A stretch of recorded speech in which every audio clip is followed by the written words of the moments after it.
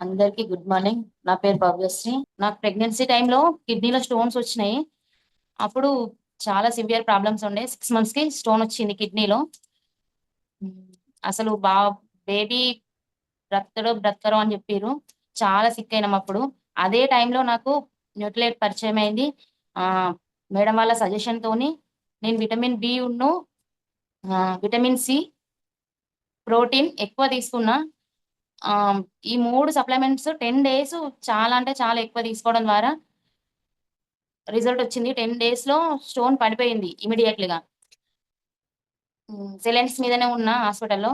కానీ టాబ్లెట్స్ ఇవ్వలే. Only supplement. పర్టిక్యులర్‌గా ఏంది అనంటే స్టోన్ కోసము ఈ 3 సప్లిమెంట్స్ యూజ్ చేసిన. 10 డేస్‌లో తగ్గింది. తర్వాత మొత్తం సప్లిమెంట్ కంటిన్యూషన్ చేసినాము.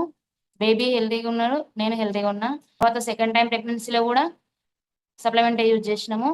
ఇంతవరకి పిల్లల్ని హాస్పిటల్ తీసుకెళ్ళలే. చాలా హెల్తీగా ఉన్నాము. బాబొచ్చేసి 11 ఇయర్స్. పాప 8 ఇయర్స్. రీసెంట్‌గా మా బాబు సైకిల్ మీద పైనుండి పడ్డాడు. నోస్ బోన్ గూడా డ్యామేజ్ అయింది కొంచెము. హోల్ పడ్డది. తను టాబ్లెట్స్ ఎప్పుడు ఏసుకోరు గదా! టాబ్లెట్స్ ఇచ్చినా గూడా వేసుకోలే. డైరెక్ట్ విటమిన్ సి వాడినాము. 11 ఇయర్సే గాని మేము భయపడలేదు. అసలు 8 ఇయర్స్ అప్పటి నుండే పిల్లలు సప్లిమెంట్ యూజ్ చేస్తారు.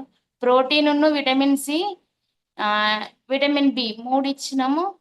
ఇక్కడ ఒక 10 డేస్‌లోనే గాయం అనేది తగ్గిపోయింది. మరక లోషన్‌తోని తగ్గుతుంది. అంటే సప్లిమెంట్ గురించి తెలుసు కాబట్టి కంటిన్యూషన్ చేస్తున్నా. Thank you Nutrilite.